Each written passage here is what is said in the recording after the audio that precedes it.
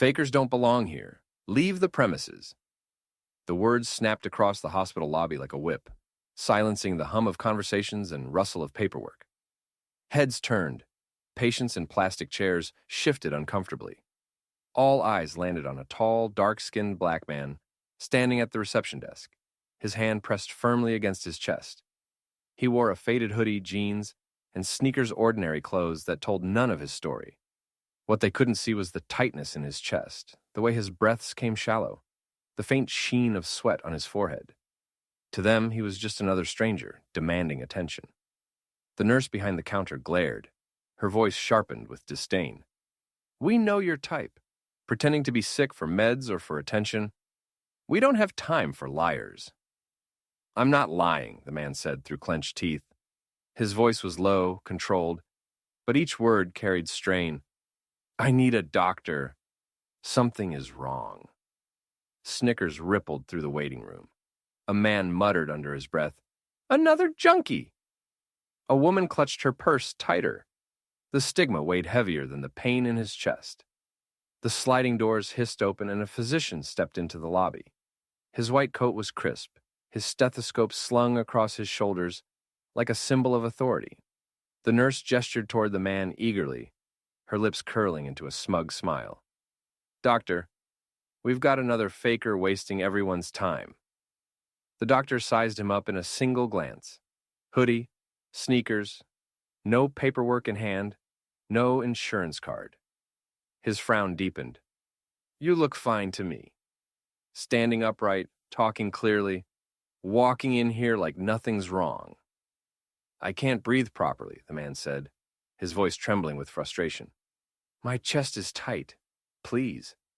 The doctor shook his head slowly, deliberately, so everyone could see. "We've seen this performance before. The act is convincing, I'll give you that, but it's still an act." Laughter stirred in the corners of the room. A teenage boy raised his phone recording. The man's nostrils flared, but he didn't raise his voice. He stood taller, despite the ache burning in his chest. "You don't believe me now," he said, his eyes locked on the doctor's. "But you'll regret it." The doctor smirked. "The only thing I regret is the time you've already wasted. Security, show him out." Two orderlies approached. The man didn't resist. He let them guide him toward the sliding doors, every step deliberate, heavy with restrained fury. He paused at the threshold, turning just enough for his voice to carry through the waiting room. "You don't know who I am," he said quietly, almost calmly. "But you will." And then he stepped into the daylight beyond, leaving behind a room buzzing with whispers, half mocking, half uneasy. The nurse scoffed, the doctor returned to his station, and the boy with the phone checked the video he'd just captured, grinning at his screen. No one in that moment could have guessed how quickly their laughter would turn to silence.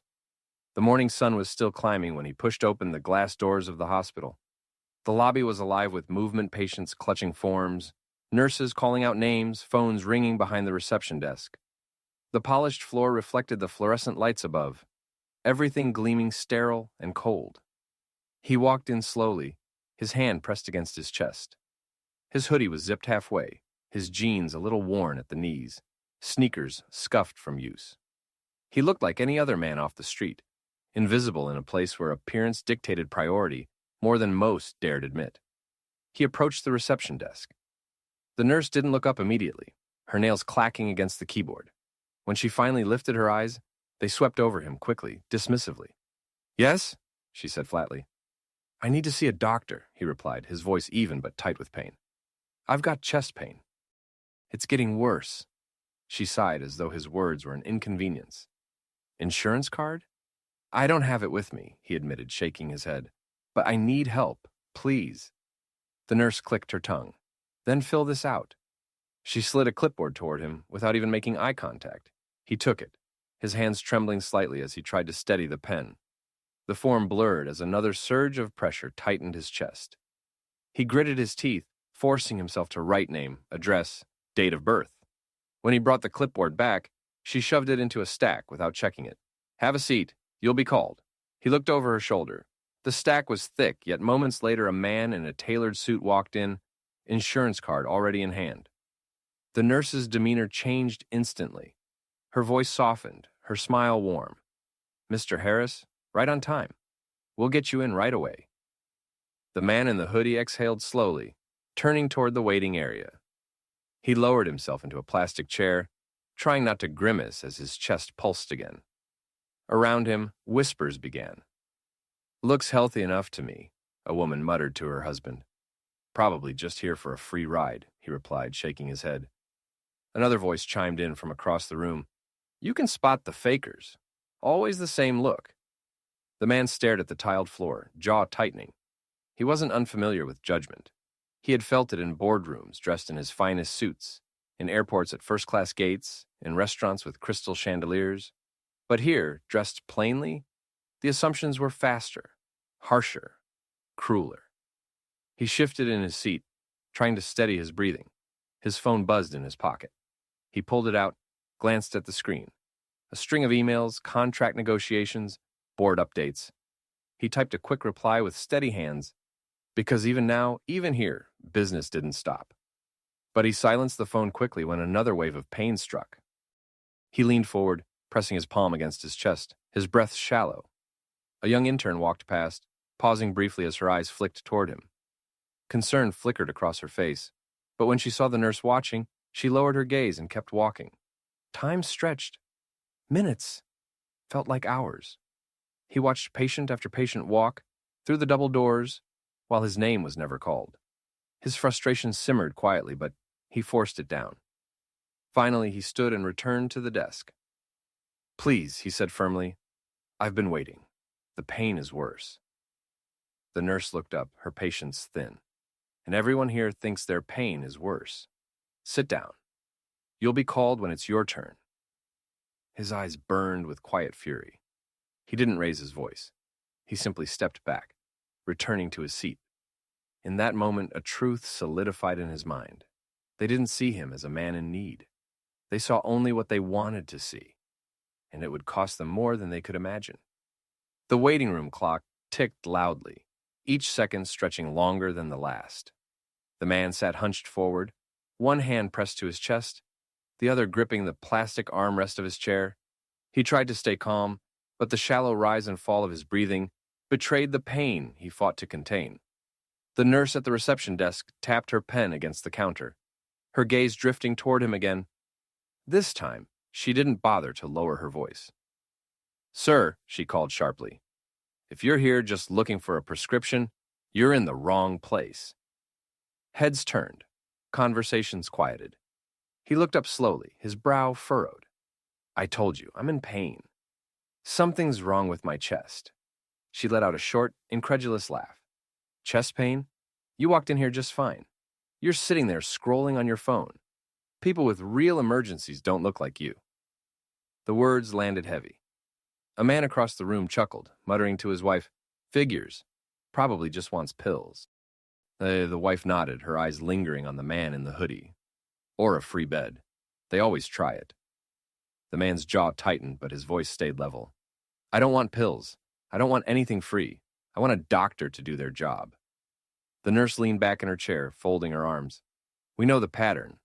Come in, claim chest pain, demand drugs, maybe cry discrimination if we don't play along. I'm not falling for it." A teenager near the corner snickered, pulling out his phone. "Yo, this is gold," he whispered to his friend as he angled the camera. The red record light blinked faintly. The man noticed, but didn't react. He wouldn't give them more fuel.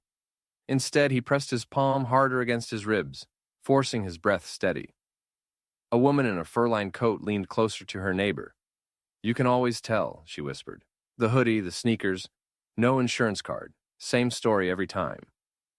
"Don't forget the attitude," the neighbor replied, smirking. The man finally looked up, his eyes locking on the nurse. His voice was calm, but there was steel underneath. "What you're doing is dangerous. Dismissing people because of how they look, one day it will cost someone their life." The nurse scoffed loudly, making sure everyone could hear. "Save the speeches, sir. This is a hospital, not a stage for your little performance." Laughter rippled through the waiting room. Some patients shook their heads, others avoided eye contact, as if watching was uncomfortable, but intervening was impossible. He exhaled slowly, his chest burning.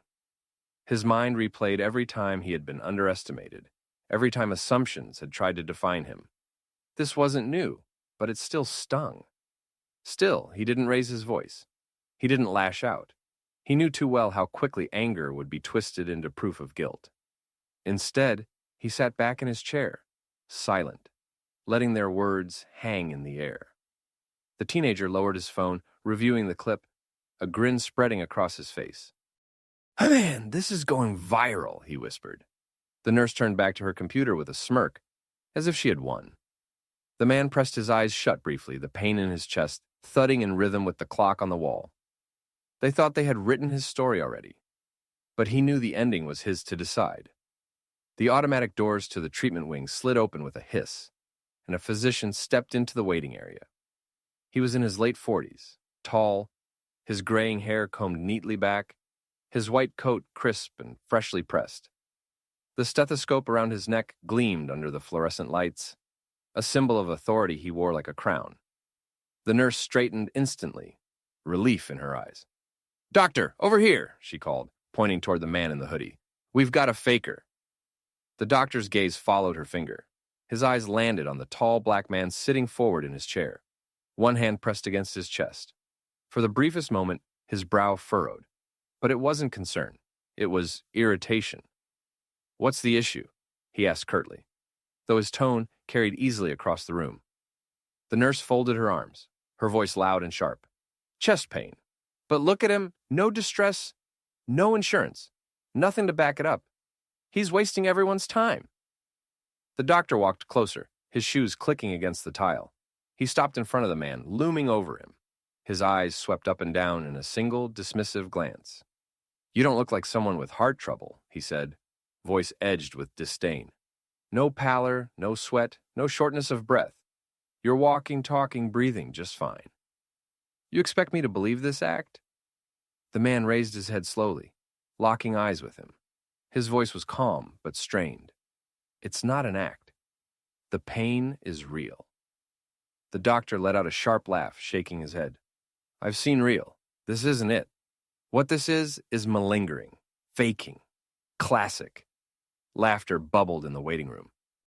A few patients nodded knowingly, others smirked. The teenager with the phone raised it again, recording eagerly. The man's jaw clenched. He forced himself to speak evenly. "I came here because I trusted this place to help me, but instead I'm being judged by my clothes, by my skin." The doctor waved a hand dismissively. "Don't play that card here.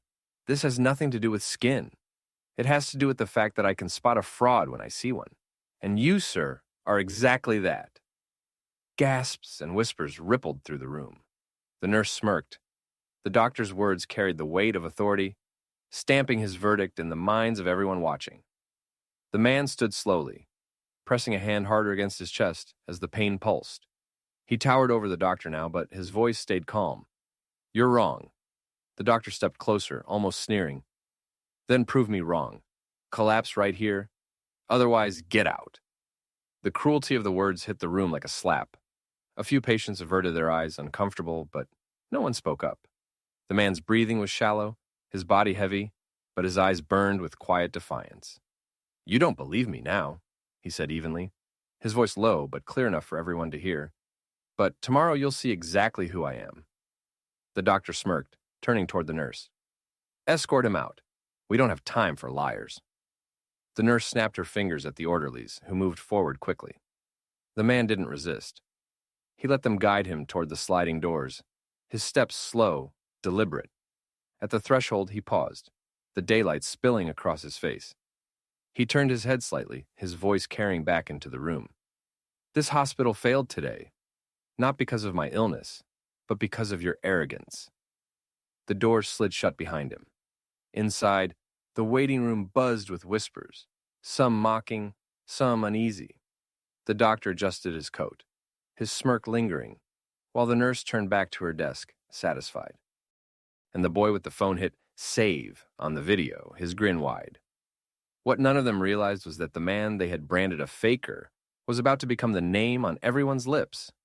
The staff lounge was small, fluorescent lights humming faintly above chipped tables, and the faint smell of stale coffee hanging in the air.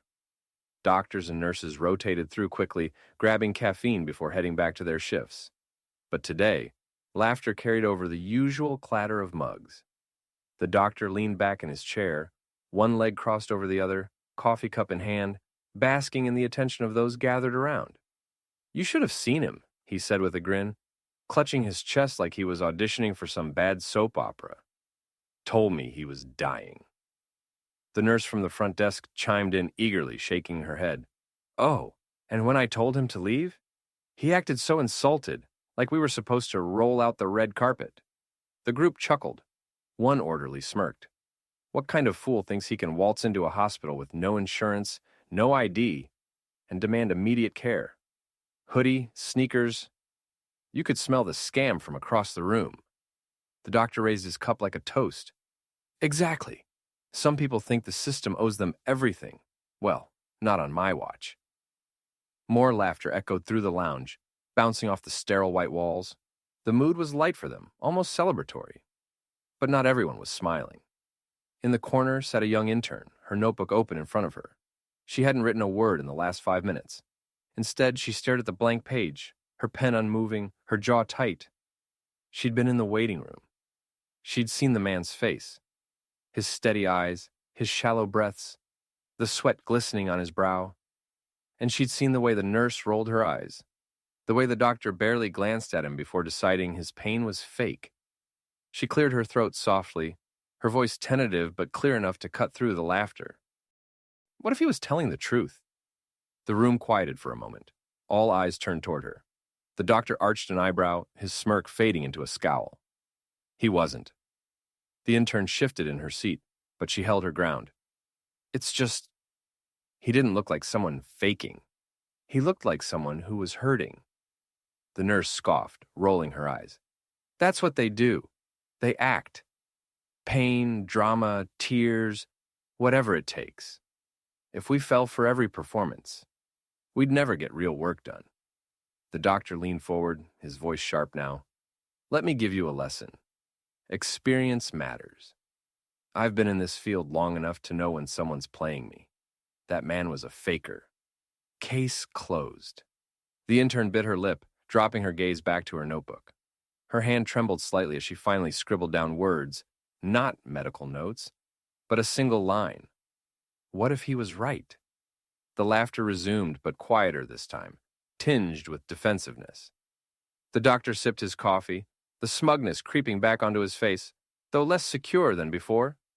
Meanwhile, beyond the staff lounge, in the waiting room, the teenager who had filmed the encounter leaned over his phone.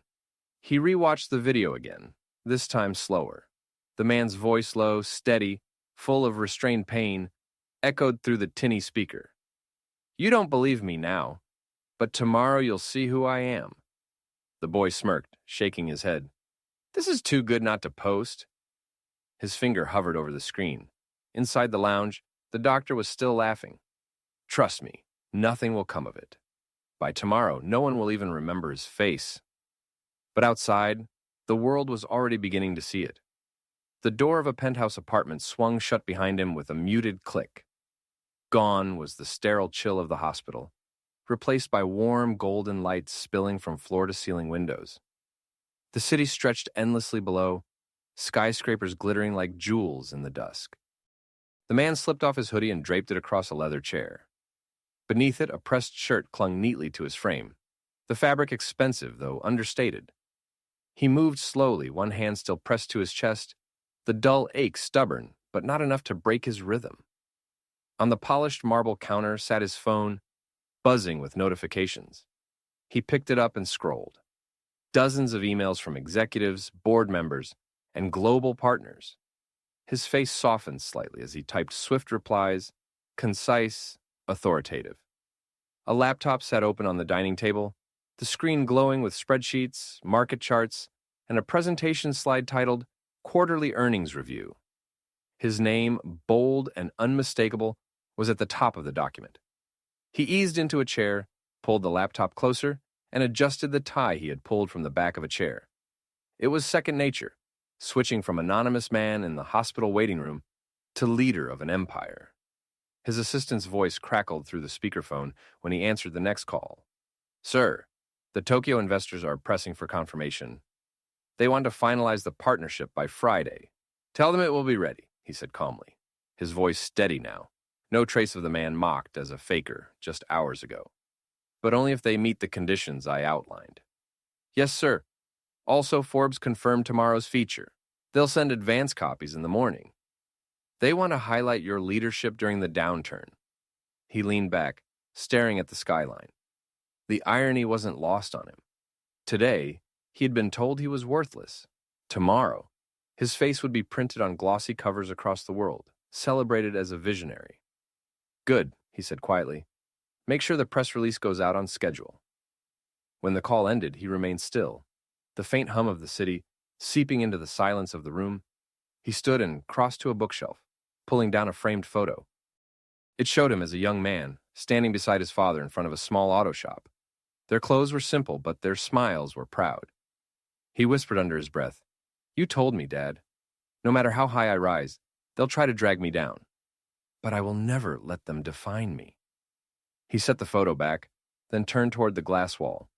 The city glittered back at him, its lights reflecting in his eyes. His phone buzzed again this time, a notification from social media. A video was trending. Black man kicked out of ER for faking chest pain. He tapped it, watching the grainy clip. The laughter of the nurse, the sneer of the doctor, the whispers of the waiting room. He exhaled slowly, his jaw tightening. They don't know who I am, he murmured. His voice hardened, but they will. He closed the laptop, turned off the lights, and stood in the quiet darkness of his home. The city pulsed beneath him like a living organism, unaware that by sunrise, everything would change. The glow of phone screens lit up bedrooms, buses, and break rooms across the city. By midnight, the video had already been shared thousands of times. By dawn, it was everywhere. The clip was short, just 30 seconds. The black man at the counter, hand pressed against his chest. The nurse rolling her eyes. The doctor's voice sharp and mocking. Fakers don't belong here. Leave the premises. Then the man's calm but steady reply. You don't believe me now, but tomorrow you'll see who I am. It ended with him walking through the sliding doors, his silhouette swallowed by daylight. The caption beneath the video read, Guy tries to fake chest pain at ER and gets roasted by Dr. Faker. The comment section was a storm. Classic. I've seen this 100 times. Acting like he's dying but has the energy to argue. Probably just wanted pain meds. But scattered among the laughter were other voices. Wait, he actually looks like he's in pain. Why is the nurse talking to him like that? If this guy dies, it's on that hospital. As the hours passed, the second group grew louder. Hashtags began to emerge. Listen to patients, healthcare bias, ER discrimination. The narrative started shifting. In the hospital break room, staff huddled around their phones. The nurse smirked at the screen. See, everyone agrees. He was faking. Even the internet thinks so. The doctor leaned over her shoulder, nodding. Good. Let them see what happens when you try to scam us. But not all the comments were supportive. A young orderly frowned at his phone. A lot of people aren't laughing. They're angry. They're saying you humiliated him. The doctor waved dismissively. People on the internet get angry about everything. By next week, they'll forget. Yet, even as he spoke, the view count ticked higher. 10,000, 20, 50. The story was spreading far beyond what any of them expected. Meanwhile, across the city, the man sat in his office at dawn, scrolling through the same video. His face was calm, unreadable, as the comments scrolled by. He saw the laughter, the cruelty, the assumptions. But he also saw the doubt, the anger, the beginnings of outrage. He leaned back in his chair, the faint morning light spilling across his desk. His assistant's message popped onto his phone. Forbes cover goes live at 8 a.m. EST. Full distribution confirmed. He glanced once more at the video, the moment where his voice cut through, Tomorrow you'll see who I am. A faint smile touched his lips. tomorrow, he whispered. By sunrise, the clip had reached national news outlets. Morning shows replayed it, anchors shaking their heads at the doctor's words. Social media feeds swelled with debates. Strangers demanded accountability. The hospital didn't know it yet, but its name was already trending, and soon, it wouldn't just be about a viral video. It would be about the man at its center. The city was waking up. Car horns echoed through the streets, sunlight spilled across the skyline, and in one of the tallest towers, the man stood before a full-length mirror, adjusting the knot of his tie. He looked nothing like the man from the hospital lobby. The hoodie and sneakers were gone. Now, a charcoal gray suit framed his tall figure, the fabric tailored to perfection. His polished shoes gleamed beneath the soft light of the room, and his watch, subtle but worth more than most cars, rested on his wrist. The dull ache in his chest remained, but it no longer defined him. What defined him now was control, power, a presence honed in boardrooms and conference halls, not waiting rooms where respect was rationed out by prejudice. On the oak desk behind him lay stacks of documents, contracts worth billions, all awaiting his signature. A digital screen displayed global markets opening in real time, green and red numbers dancing across continents. At the center of it all was his company, his empire, its stock poised to rise on the news about to break. His assistant's voice came through the intercom. "Sir, the Forbes team just confirmed the cover story will be live online within the hour. Print editions are already being distributed in major cities." He straightened his tie, glancing at the framed headlines that lined the wall. Visionary of the year. The builder of tomorrow. His face was on some, his name on others. But today would be different. Today, no one could overlook him. "Good," he said simply. The assistant hesitated, then added, "The hospital clip is everywhere. News outlets are pairing it with the Forbes cover. They're calling it Irony of the Year." His lips curved into the faintest smile. "Let them. The timing is perfect." He walked to the window, looking down at the streets below. People rushed to work, clutching coffee cups, scrolling on phones that would soon be lit with his face. They didn't know that the man they'd mocked online hours earlier was about to step into their feeds as one of the most powerful CEOs in the country. He remembered the nurse's voice, sharp with disdain. "We don't have time for liars." He remembered the doctor's sneer. "Collapse right here, or get out." He closed his eyes briefly, inhaling deeply. They thought I was invisible. Today, they'll see me everywhere. On the desk, his phone buzzed again. A notification popped up. Forbes cover, the relentless vision of his name. The article was live. His face filled the screen, confident, powerful, undeniable.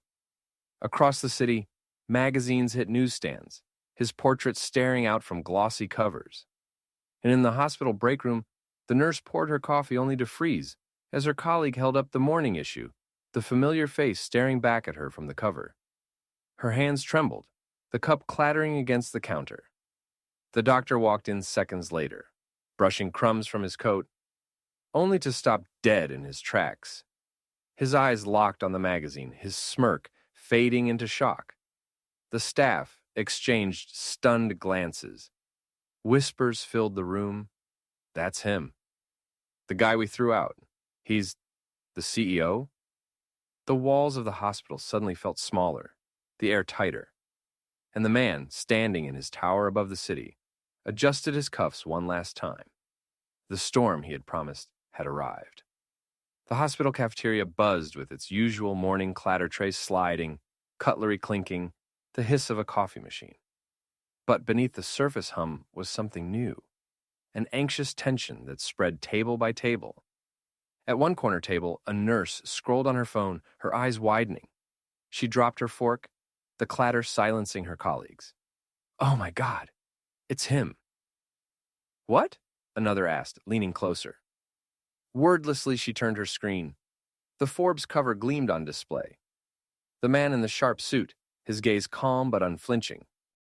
The headline above him read, "The relentless vision of his name, The CEO who's redefining the future. Gasps spread through the cafeteria. That's the guy from yesterday, a janitor whispered, his mop clattering against the wall as he leaned closer. The one they kicked out. Are you sure? Someone asked, though their voice was already trembling. The nurse nodded, her face pale. I was there. That's him. Across the room, a group of residents gathered around a table, watching the viral clip on loop. The contrast was shocking. On one screen, the man hunched in pain, dismissed as a faker. On the next, his Forbes portrait polished, powerful, undeniable. The comments flooded in faster than they could read. He's the CEO of a multi-billion-dollar company? That hospital's finished. Imagine if he had collapsed and died in their lobby. The cafeteria erupted in whispers and nervous laughter. Some staff looked sick, others defensive. He didn't look like a CEO yesterday, a nurse muttered weakly. A resident shot her a look. What does a CEO look like? Not black? Not in a hoodie? The words landed heavy, silencing the table. Meanwhile, in the doctor's office upstairs, the man at the center of it all sat stiff in his chair, staring at the magazine laid out before him. His hands trembled as he traced the bold letters of the headline. His own arrogance, immortalized now as a cautionary tale. This can't be real, he muttered, his voice cracking. The head administrator stood across from him, her jaw tight, her phone buzzing endlessly with press inquiries. It's very real. The world is watching, and they're not forgiving. The receptionist nurse sat in the corner, her face buried in her hands. I thought he was lying. I thought. Her voice trailed off into a broken whisper. The administrator's voice cut sharp. It doesn't matter what you thought. You humiliated a man in need. And now the entire world knows he's one of the most powerful business leaders alive. Outside the hospital, reporters gathered in waves, their cameras pointed at the entrance. Microphones stretched forward, journalists shouting questions over the din. Did you refuse treatment to his name? Is racial bias standard practice here? Will the staff be fired? The sliding glass doors opened, and patients walking in had to push through the crowd.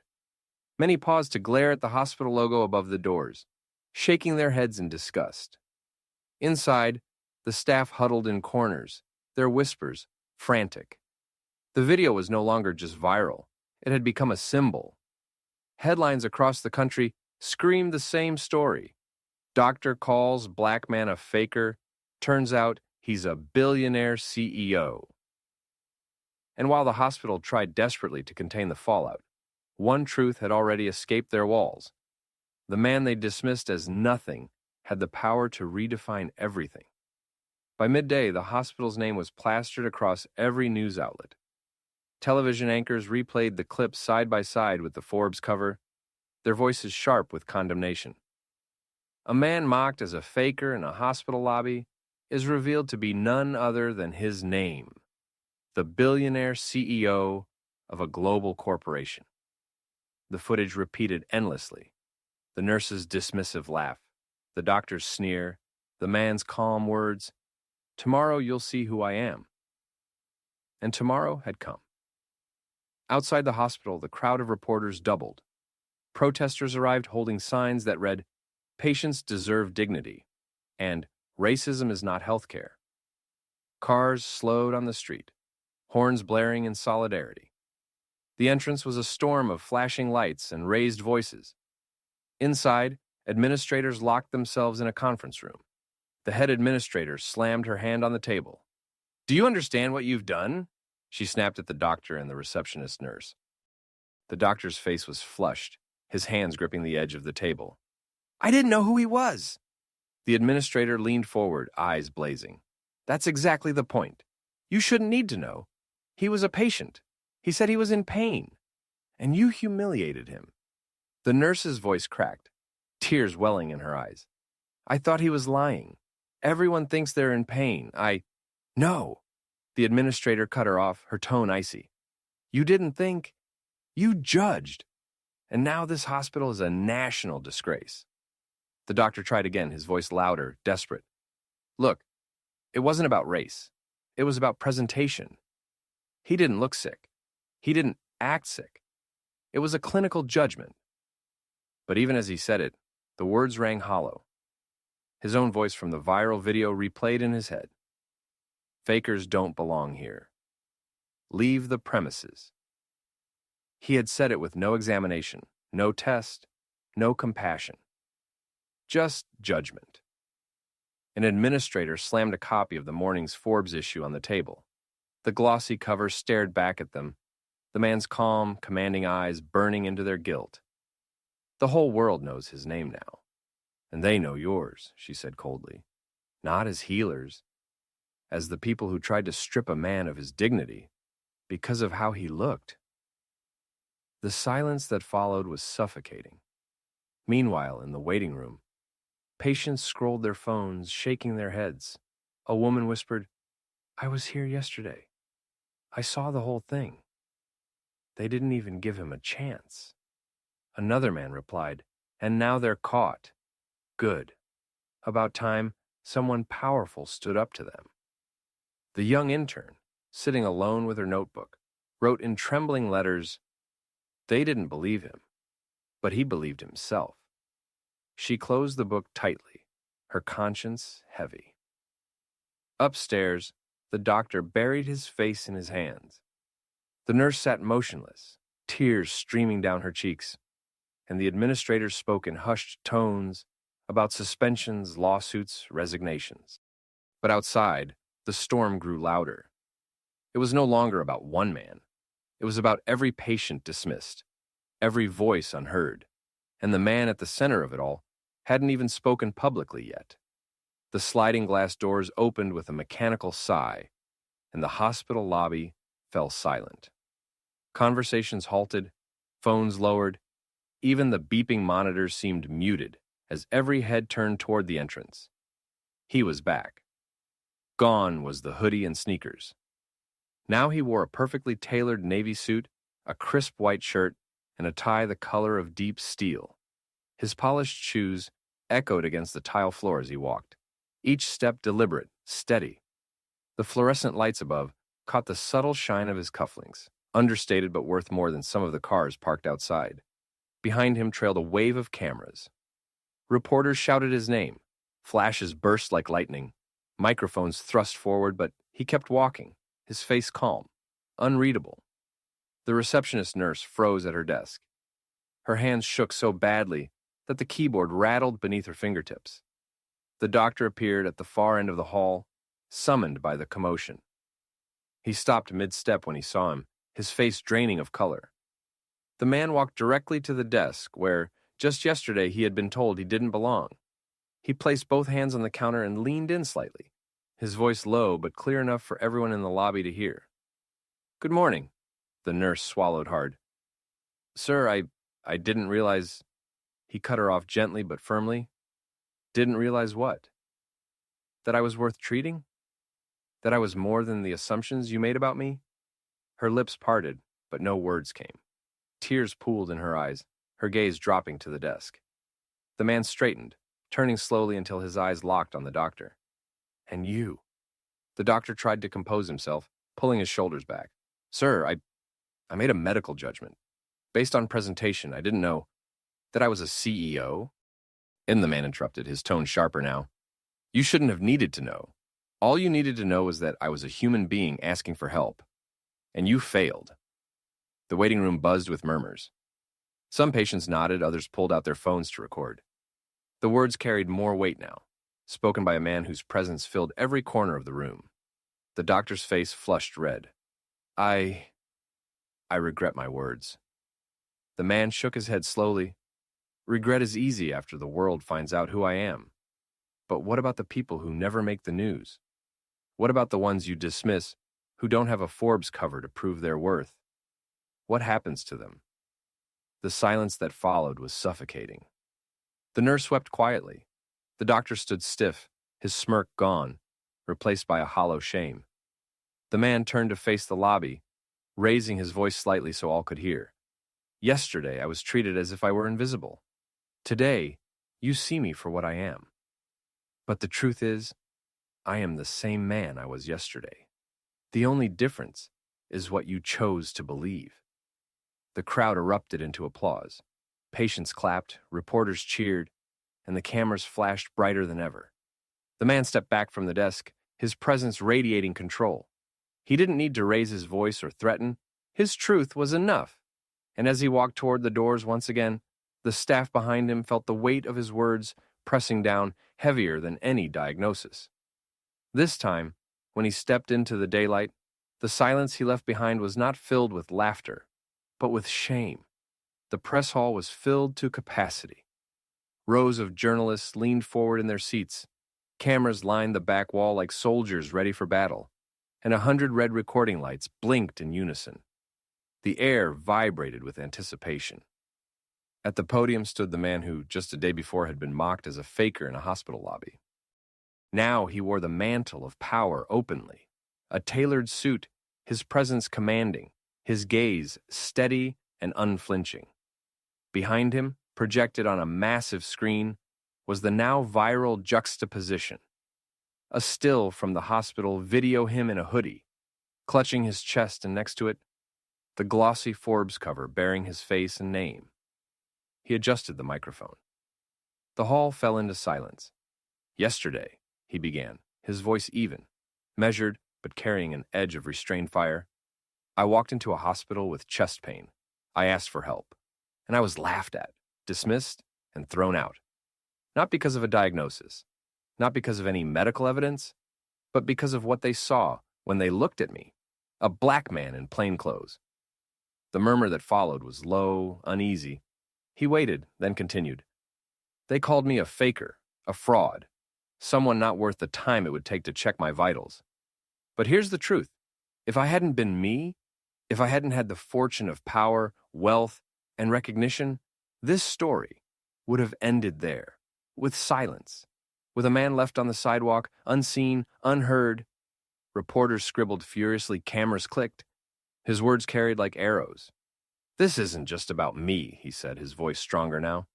"This is about the countless men, women, and children who walk into hospitals every day and are dismissed because of the color of their skin, the clothes on their backs, or the assumptions of the people in charge. They don't make the news.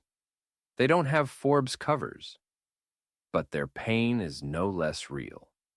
Applause broke out, hesitant at first, then swelling until it filled the room.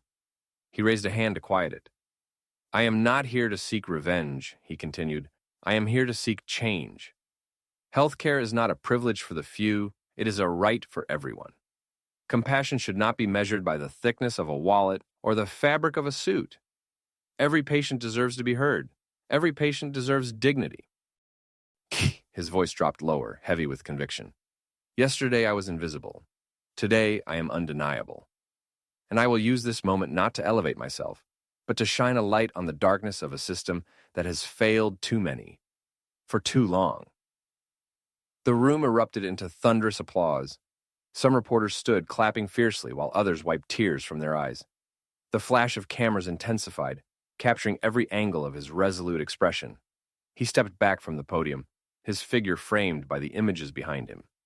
The man dismissed, and the man revealed. For the world watching, there was no longer a distinction. He was both, and through him, every dismissed voice now had a champion. Night fell over the city, the skyline glowing with 1,000 lights. In his penthouse office, the man sat alone, the chaos of the day finally behind him. The glass windows stretched floor to ceiling, reflecting both the city outside and the man within. On his desk lay the morning's Forbes issue, still crisp, his face staring back from the cover. Next to it sat a stack of newspapers, their headlines screaming the same story. "Hospital humiliates CEO, sparks national reckoning." He picked up the magazine slowly, running his hand over the glossy cover. It didn't bring him pride, not tonight. Instead, it brought him a heavy reminder. Yesterday, that very same face had been dismissed as worthless, invisible. He leaned back in his chair, closing his eyes. The nurse's mocking tone echoed in his memory. "We don't have time for liars." The doctor's sneer, "Fakers don't belong here." The laughter of strangers in the waiting room. And then, his own words. "Tomorrow you'll see who I am." Tomorrow had come. The world had seen.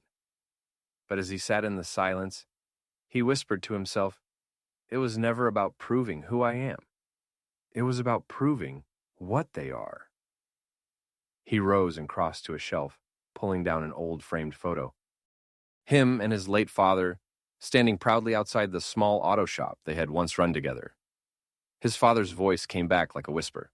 No matter how high you rise, never forget where you started, and never let them take your dignity. He placed the frame back carefully and stood at the window, gazing down at the city. Somewhere below, in countless neighborhoods, were people who would never sit behind desks like his, who would never see their faces on magazines. People who were judged before they were heard, dismissed before they were seen. For them, he murmured, this fight matters most. His phone buzzed again with messages offers from advocacy groups, requests from lawmakers, pleas from ordinary people who had suffered the same fate. He didn't hesitate. He picked it up and began responding one by one.